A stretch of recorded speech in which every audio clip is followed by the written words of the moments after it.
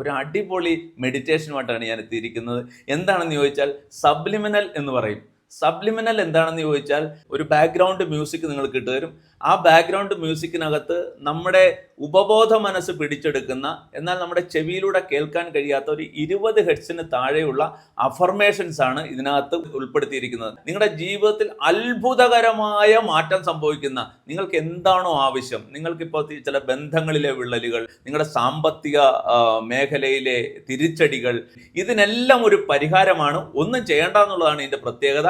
നിങ്ങൾ ഒരു സ്ഥലത്ത് ഈ ഒരു BGM കേട്ടുകൊണ്ടിരിക്കുക.